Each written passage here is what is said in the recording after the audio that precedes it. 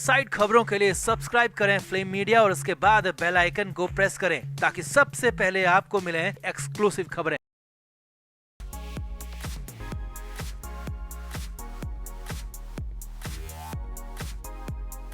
महाराष्ट्र में इस वक्त नागपुर से आई तस्वीरें खूब चर्चा का विषय बनी हुई है, जिसमें उद्धव ठाकरे और आदित्य ठाकरे सीएम देवेंद्र फडणवीस को फूलों का गुलदस्ता भेंट कर रहे हैं और मुस्कुराते हुए सीएम के साथ फोटो भी क्लिक करा रहे हैं। अब सामने आया है कि उद्धव ठाकरे कहीं न कहीं एकनाथ शिंदे की नाराजगी का फायदा उठाना चाहते हैं और इसीलिए गुपचुप तरीके से फडणवीस से मिलने के लिए नागपुर पहुँच गए और पूरे 2 घंटे इंतजार करने के बाद फडणवीस से मिल पाए। उद्धव ठाकरे के चेहरे की हंसी कई राज खोल रही है, तो आपको भी इस मुलाकात की पूरी डिटेल खबर दिखाते हैं। आप भी बताएं कि क्या वाकई में उद्धव की नजर एकनाथ शिंदे की जगह पर है। जो उद्धव ठाकरे सीएम के शपथ ग्रहण में नहीं पहुंचे थे, वो अचानक क्यों फूलों का गुलदस्ता लेकर फडणवीस से मिलने पहुंच गए? कमेंट जरूर करें।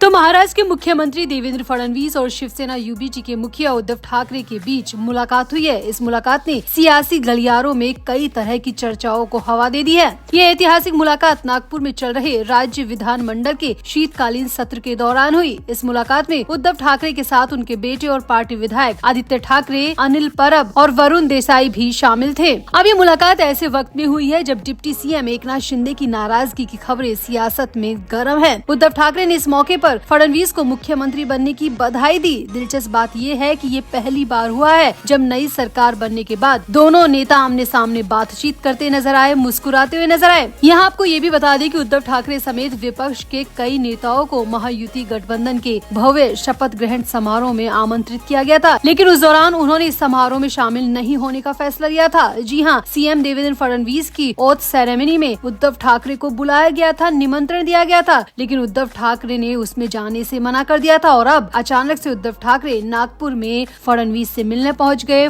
फडणवीस के लिए फूलों का बुके भी लेकर गए और इतना ही नहीं, खबर ये भी है कि पूरे 2 घंटे इंतजार करने के बाद ही वो देवेंद्र फडणवीस से मिल पाए। लेकिन उद्धव ठाकरे पूरी शिद्दत से फडणवीस से मिलने के लिए आतुर थे और उन्होंने 2 घंटे इंतजार भी किया। तो यानी कि कुछ न कुछ खिचड़ी तो उद्धव ठाकरे के दिमाग में पक ही रही है। अब इस महामुलाकात के बाद शिवसेना यूबीटी नेता आदित्य ठाकरे ने मीडिया से बात की। आदित्य ठाकरे ने कहा कि सत्ता पक्ष और विपक्ष दोनों को देश और राज्य के हित में मिलकर काम करने के लिए राजनीतिक परिपक्वता दिखानी चाहिए, इसीलिए हमने आगे बढ़कर ये मुलाकात सीएम देवेंद्र फडणवीस से की है। आदित्य ठाकरे ने आगे कहा कि आज हमारे पार्टी प्रमुख उद्धव ठाकरे ने सीएम देवेंद्र फडणवीस और विधानसभा अध्यक्ष राहुल नार्वेकर से मुलाकात की। महाराष्ट्र सरकार के लिए काम करते हुए दोनों सत्ता पक्ष और विपक्ष को देश और राज्य के हित में मिलकर काम करने के लिए हमने ये कदम अपनी तरफ से बढ़ाया है। हमारा मकसद सिर्फ महाराष्ट्र की प्रगति है, महाराष्ट्र का विकास है, इसीलिए हम सत्ता पक्ष के साथ मिलकर महाराष्ट्र के बुनियादी ढांचे को और मजबूत करने की कोशिश करेंगे। यहाँ पर आदित्य ठाकरे ने इस मुलाकात को सिर्फ सत्ता पक्ष और विपक्ष की मुलाकात करार दिया, लेकिन मीडिया सूत्रों की माने तो उद्धव ठाकरे की नजर कहीं और है, क्योंकि उद्धव ठाकरे को अच्छी तरह पता है कि एकनाथ शिंदे बुरी तरह नाराज है। एकनाथ शिंदे डिप्टी सीएम बनने को लेकर खुश नहीं है और उद्धव ठाकरे इसी मौके का फायदा उठाना चाहते हैं। इसीलिए मीडिया सूत्रों की माने तो उद्धव ठाकरे अपने बेटे आदित्य ठाकरे के साथ सीएम देवेंद्र फडणवीस से मिलने नागपुर पहुंच गए, क्योंकि अगर बात सत्ता पक्ष और विपक्ष के मिलन की होती तो यहाँ पर कांग्रेस और एनसीपी शरद पवार की पार्टी के नेता भी होने चाहिए थे, लेकिन इस मुलाकात में सिर्फ उद्धव ठाकरे, आदित्य ठाकरे और उन्हीं के पार्टी के 2 विधायक मौजूद थे और कोई भी विपक्ष का नेता मौजूद नहीं था। इस मुलाकात ने महाराष्ट्र की सियासत में कई तरह की नई संभावनाओं को जन्म दे दिया है। एकनाथ शिंदे की नाराजगी के बाद इस मुलाकात से सवाल उठ रहे हैं, क्या इसे भविष्य में बन सकने वाले नए सियासी समीकरणों का संकेत माना जाए? आपको क्या लगता है? आपका इस मुलाकात पर क्या कहना है? आप भी अपनी राय कमेंट बॉक्स में जरूर दें और वीडियो को भी शेयर करें।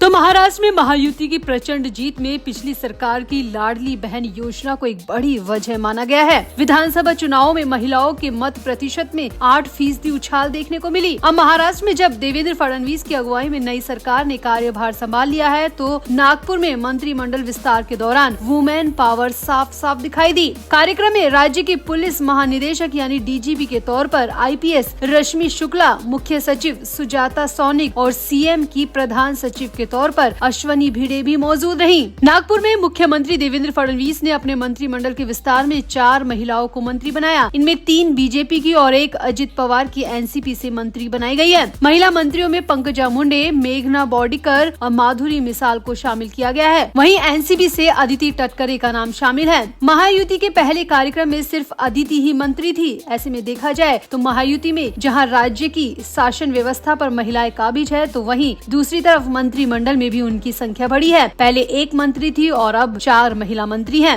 राज्य विधान परिषद की सभापति नीलम गोहरे हैं, वो भी एक महिला है। तो आपको यहाँ पर उन 3 पावरफुल लेडी ऑफिसर्स के बारे में बताते हैं जिनको फडणवीस सरकार में अहम पदों पर बिठाया गया है। तो पहला नाम है सुजाता सोनिक, जो कि 1987 बैच की IAS है। वो महाराष्ट्र की पहली महिला मुख्य सचिव है। वो 30 जून 2024 को चीफ सेक्रेटरी बनी थी। वो जून 2025 तक मुख्य सचिव रहेंगी। सुजाता सोनिक पूर्व IAS मनोज सोनिक की पत्नी है। मनोज सोनिक भी चीफ सेक्रेटरी रह चुके हैं। हरियाणा की रहने वाली सुजाता ने बिहार के निवासी मनोज सोनिक से शादी की थी और उनका ज्यादातर प्रशासनिक जीवन महाराष्ट्र में ही गुजरा है। तो बात करें अश्वनी भिड़े की, तो अश्वनी भिड़े 1995 बैच की IAS ऑफिसर है। 25 मई 1970 को जन्मी IAS अश्वनी भिड़े मूल रूप से महाराष्ट्र की ही रहने वाली हैं। उन्हें CM की प्रिंसिपल सेक्रेटरी नियुक्त किया गया है। उन्होंने मेट्रो MD के तौर पर मुंबई मेट्रो वुमेन की ख्याति अर्जित की थी। भिड़े के पास 25 साल की चार्टर्ड सेवा का एक्सपीरियंस है। और तीसरा और सबसे बड़ा नाम है रश्मि शुक्ला का। जी हाँ, 1998 बैच की IPS अधिकारी है रश्मि शुक्ला। वो महाराष्ट्र की DGP बनने वाली पहली महिला अधिकारी रही हैं। रश्मि शुक्ला एक्सटेंशन मिलने की वजह से 2026 तक महाराष्ट्र की DGP बनी रहेंगी। शुक्ला की गिनती CM देवेंद्र फडणवीस के पसंदीदा अधिकारियों में होती रही है। वैसे आपको यहाँ पर बता दें कि रश्मि शुक्ला की वापसी से कांग्रेस और उद्धव ठाकरे को बहुत दिक्कत हो सकती है, क्योंकि महाराष्ट्र चुनाव से पहले कांग्रेस की आपत्ति के बाद चुनाव आयोग ने DGP रश्मि शुक्ला को हटा दिया था। वहीं उद्धव ठाकरे भी लगातार रश्मि शुक्ला के खिलाफ कुछ न कुछ बयानबाजी करते रहे हैं। लेकिन अब रश्मि शुक्ला का कार्यकाल 2026 तक बढ़ा दिया गया है। रश्मि शुक्ला अब महाराष्ट्र की DGP के तौर पर 2026 तक काम करेंगी।